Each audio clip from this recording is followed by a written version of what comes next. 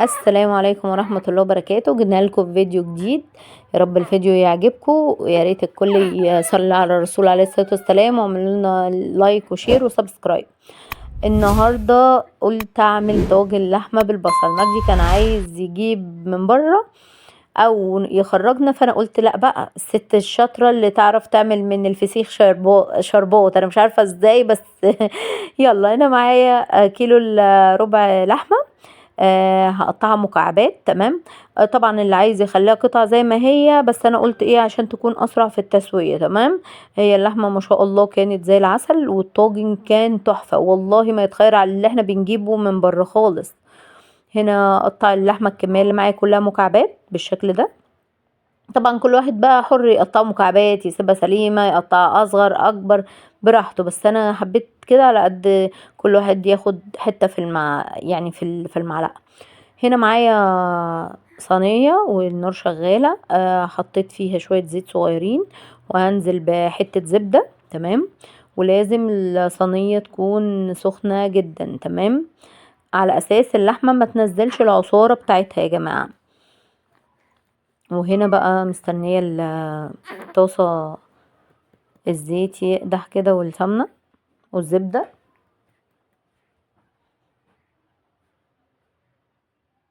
هنا هبتدي بقى انزل بمكعبات اللحمة كلها مرة واحدة.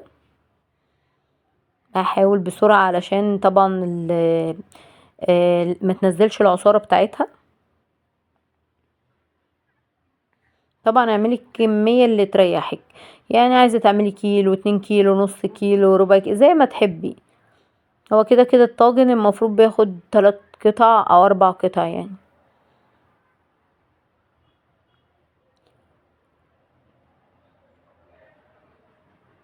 هنا اقلب اللحمة.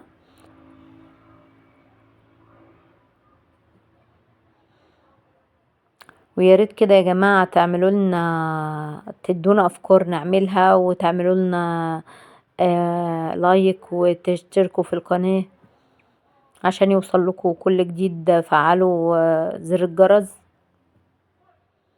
هنا بقى بقلبها، لازم كلها تاخد لون.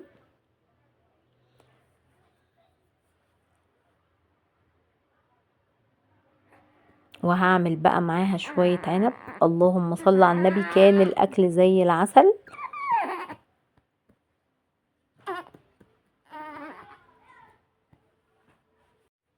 وهنا بقى كده كلها غيرت لون، قلبناها. هبتدي انزل بالتوابل. هنا معايا رشة جنزبيل، وبعدين هحط فلفل اسود، وهحط بهارات لحمة، والملح كده كده بنحطه في الاخر. تمام. وحطيت رشة كمون، انا بحب الكمون في كل الاكل. تمام. هنا بقى رشة سكر بسيطة. هبتدي اقلب، وهحط بشرة جوز الطيب. هنا رشة جوز الطيب، بشرة جوز الطيب برضو بتدي الاكل طعم حلو قوي. انا هكتفي بس بكم نوع، مش هحط انواع كتير، كل واحد وحسب الرغبة. التوابل دي حسب الرغبة. تمام.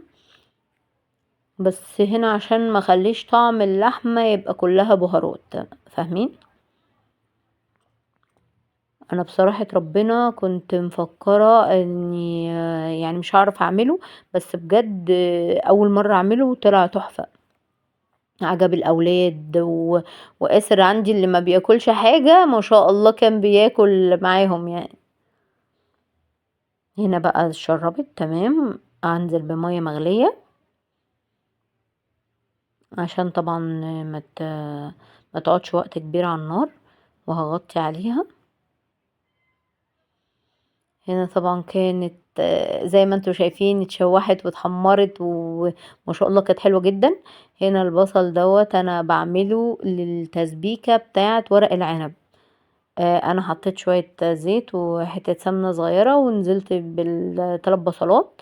وهنا هنزل بعصير الطماطم بعد ما البصل اتبل.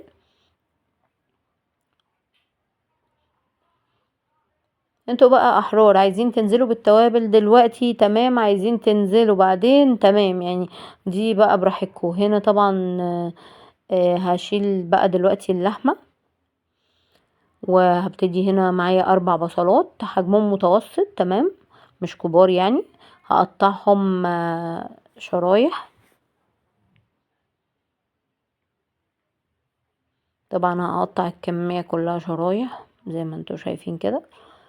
بعدين هنزل بالتوابل معايا هنا ملح وفلفل اسود وسنة كاري وبابريكا ومرقة مرقاية واحدة، وبرضو شوية فلفل اسود وشوية كمون، وهقلبهم كلهم في البصل كده. وبعدين هنزل باللحمة في الطواجن، كل واحد هحط نص الكمية في الطاجن ده ونص الكمية في الطاجن ده، على اساس ان هما ايه يعني، ما شاء الله اللحمة انا مدياها 3/4 سوا، ومخليه الربع الاخير بس، هي ما شاء الله اللحمة كانت مستوية وزي العسل. هنا بقى هاخد نص البصل برضو في الطاجن ده ونص البصل في الطاجن ده تمام. انا عشان اللحمة بس كانت كتير عندي فحطيتهم في طاجنين صغيرين.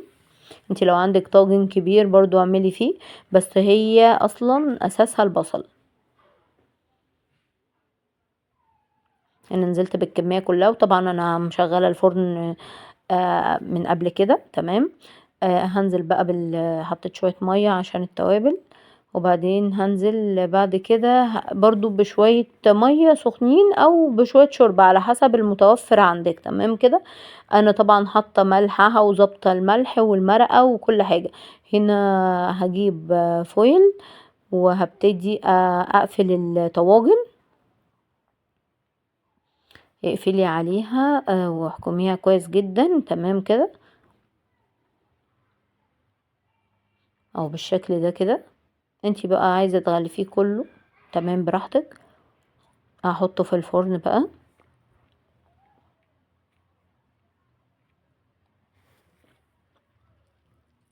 انا حطيتهم تحت شوية وبعد كده طلعتهم على الشبكة، هنسيبهم بقى مع نفسهم. وهنا هعمل ورق العنب. هنا طبعا التسبيكة خلصت.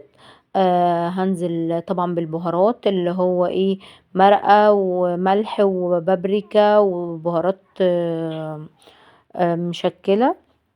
وهنزل ببهارات طبعا المحشي اساسية، ونزلت برضو بجنزبيل تمام. هقلبهم وانزل عليهم بالرز وبعدين الخضرة.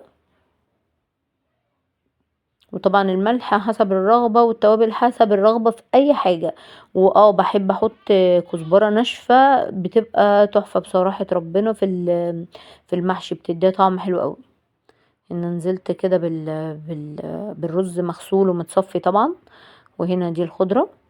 كمية الخضرة ما بتكون كتيرة على فكرة بتبقى حلوة جدا، يعني ما بتضايقكيش ولا اي حاجة. هنا خلاص هبتدي اقلب كله مع بعض. انا هعمل ورق عنب بس النهاردة جنب طاجن هنا الحلة دي اللي سبكت فيها تمام. وده ورق عنب اللي هو برطمانات ده. وكان عندي ده ورق العنب اللي في الفريزر تمام. كنت سلقان نص سلقة كده وحطاه في الفريزر.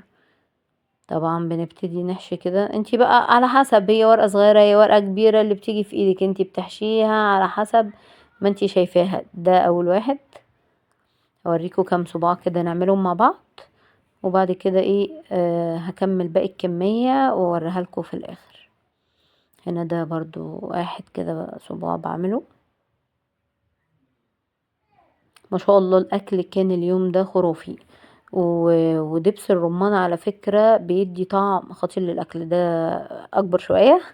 انتي حرة، عايزة تعملي الورقة كاملة تعمليها نصها، تعملي ما هو في ورقة صغيرة ورقة كبيرة. طبعا الجاهز ده اللي من بره اللي هو في البطرمانات بتبقى الورقة كبيرة جدا. انا عملت كده وعملت كده، يعني كان على حسب، عشان كنت مستعجلة، على حسب انتي الورقة اللي بتيجي في ايدك انتي بتعمليها بالشكل اللي بيريحك. هي بقى صغيرة بتحطي شوية رز صغيرين، ما بتكتريش كمية الرز عشان الصباع يطلع معاكي صغير وشكله حلو.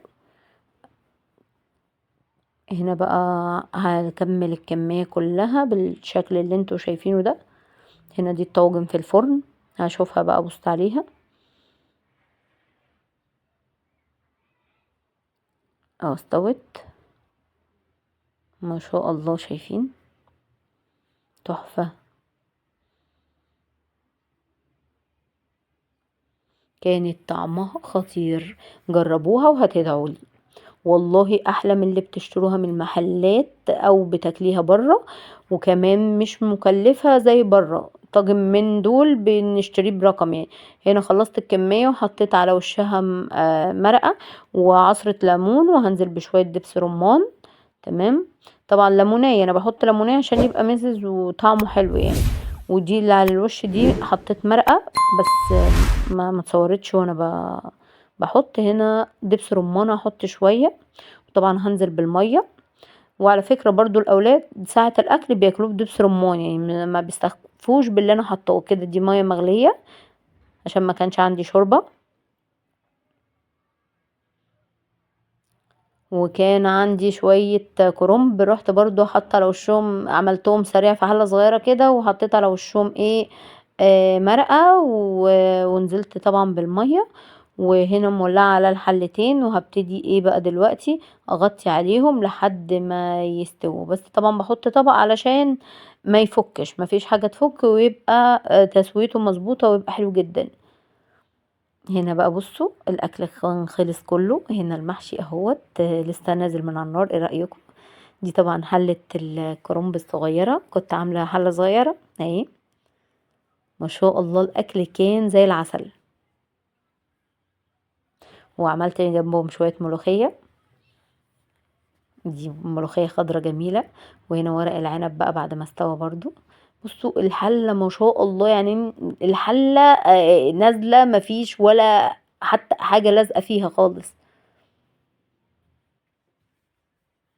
بس طبعا الاكل لسه نازل من على النار فالدخان دوت. بصوا بقى ما شاء الله الحلة كانت بتلمع، ومفيش ولا صباع والله لازق.